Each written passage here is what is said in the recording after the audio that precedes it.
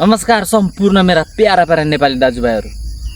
म तपाईहरुलाई के भन्न आएको भनेपछि यो जंगल घारीबाट मलेसियाको जंगल प्रदेशदेखि के भन्न आएको भनेपछि नेपाललाई सतीले सरापेको देश त्यतिकै भनेको रहेनछ बुढापाखाले। र यो कुरा साँचो पनि जस्तो लाग्न थालिसक्यो आजभोलि।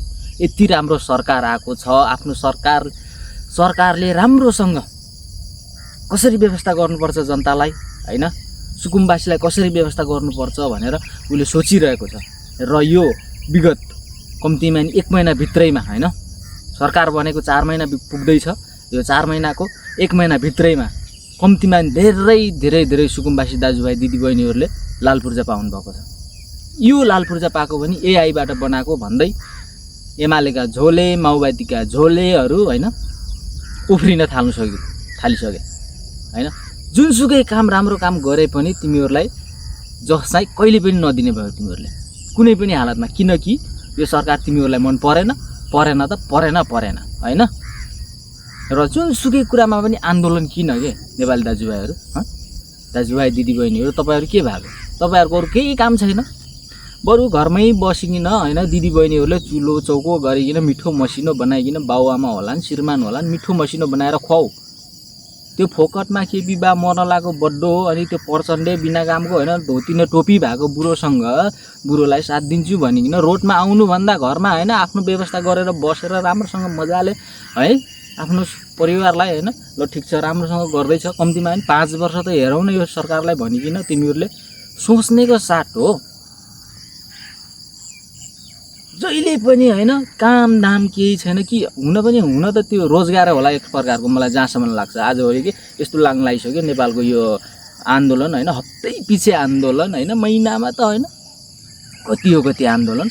यो देख्दाखेरि मलाई यस्तो लाग्न लागिसक्यो कि यो आन्दोलनमा आउने भरि सबै कर्मचारी जस्तो लागिसक्यो कि यो पुराना दलहरुको यो झोलेहरु कर्मचारी जस्तो के दिन ढ्यारी दिकिन आन्दोलनमा बोलाको यस्तो बोल भनिकिन हैन स्क्रिप्टद्वारा हैन, पहिला स्क्रिप्ट लेख्ने हैन, अब ठुला बडा बसेर घरमा बसेर स्क्रिप्ट लेख्ने अनि त्यसपछि हल्का ब्रिफिङ बनाउने अनि त्यसपछि रोडमा उतार्ने। दिनको कति दिएको छ?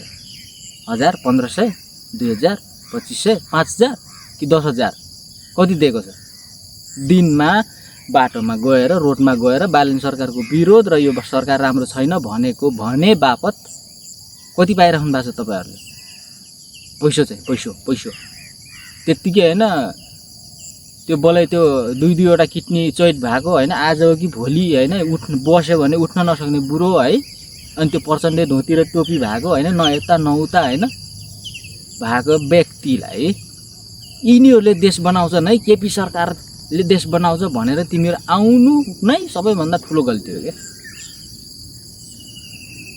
मेन एजेन्डा चाहिँ राम्रो बोकेर आएको भए के थाहा जनताले नि कुरा सुन्थ्यो कि हैन।